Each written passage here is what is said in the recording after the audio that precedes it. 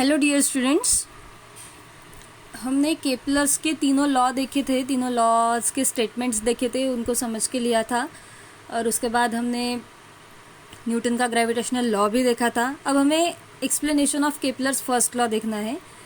Kepler's का जो first law था, फिर उसका एक्सप्लेनेशन देखना है क्या है, कैसे होता है। तो पहला लॉ था क्या? The planet revolve around the sun in an elliptical orbit under the gravitational force of attraction. जो प्लैनेट्स है हमारे सोलर सिस्टम के अंदर, वो सन के जो सन को क्या बोलते हैं उसको,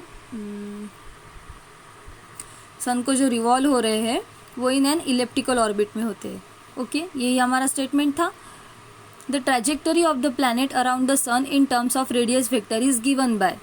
जो ट्रैजेक्टरी है, जो जिस रूट से वो ट्रैवल कर रहे हैं प्लैनेट्स, वो गिवन बाय द फॉर्मूला होता है। उसका फॉर्मूला क्या होता है? 1/r।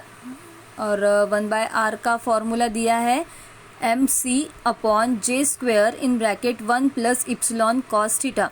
उस साइन को हम इप्सिलॉन बोलेंगे, हमें पता है उसको, उस साइन को इप्सिलॉन बोलते हैं। अब इस सारे जो कंटेंट्स हमने इसमें लिए हैं, उसका मीनिंग क्या है वो हमें देखना है। ये फॉर्मूला तो आपको लर्न ही करना पड़ेगा। 1/r = mc/j² in bracket 1 + epsilon cos theta, where r is the radius vector.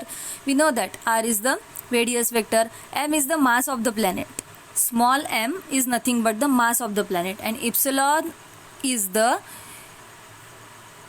eccentricity of the orbit.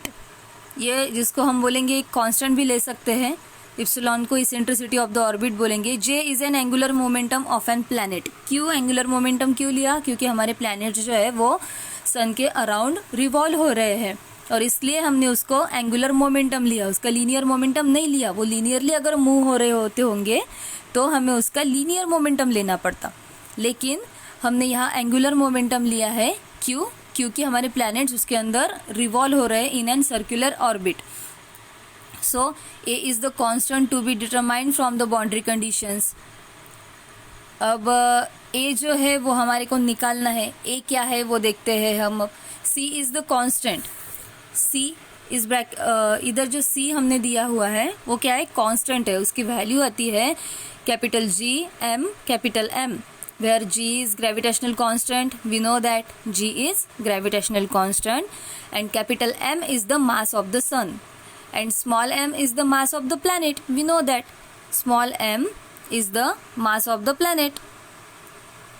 So the shape of the trajectory of the planet depend on a value of the eccentricity, that is epsilon on J. जो हमारा eccentricity, जो trajectory जो है, मतलब जो path है, वो काय पे डिपेंड होता है? वो इसेंट्रिसिटी इप्सिलॉन पे डिपेंड होता है।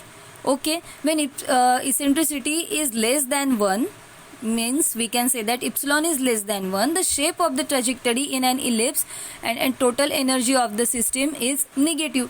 तब उस केस में क्या होगा? The trajectory is an ellipse, और जो ट्रैजेक्टरी है, जो उसका रूट है, वो क्या होगा? इलिप्स शेप में होगा, इलेप्टिकल शेप में होगा, और total energy of the system is negative होगी।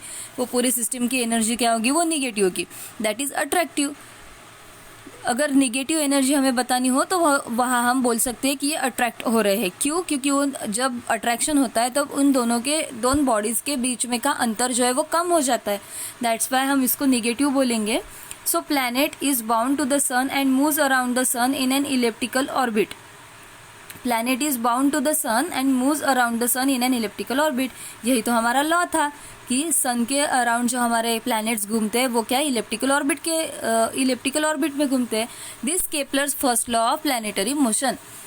इसको बोलेंगे हम केपलर का first law of planetary motion. अगर आपको एग्जाम में पूछा गया कि केपलर के फर्स्ट लॉ का एक्सप्लेनेशन दीजिए, तो आपको ये सब लिखना पड़ेगा।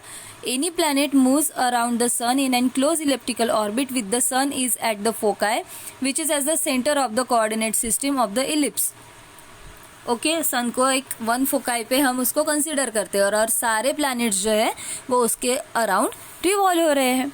ओके, तो ये हुआ इसका एक्सप्लेनेशन। इस एक्सप्लेनेशन में हमने क्या देखा था? सिर्फ एक फॉर्मूला देखा था, 1/r = mc capital J² in bracket 1 + epsilon cos theta, और सब की जो फॉर्मूला में यूज़ की गई वैल्यू क्वांटिटीज़ है, उस सब का मीनिंग हमने समझ के लिया था और उसके बाद बताया था कि जो ट्रैजेक्टरी होती है वो इप्सिलॉन पे, मतलब जो हमारा एंटिटी है, इसेंट्रिसिटी है, उस पर डिपेंड होता है। अगर इप्सिलॉन छोटा हो 1 से तो क्या बोल सकते हैं, हमारा प्लैनेट जो है वो इलिप्टिकल ऑर्बिट में घूम रहा है, निगेटिव है। और नेगेटिव इसलिए लिया क्योंकि यहाँ फोर्स ऑफ अट्रैक्शन होता है, एंड इसको हम बोल सकते हैं केपलर्स का first law of planetary motion.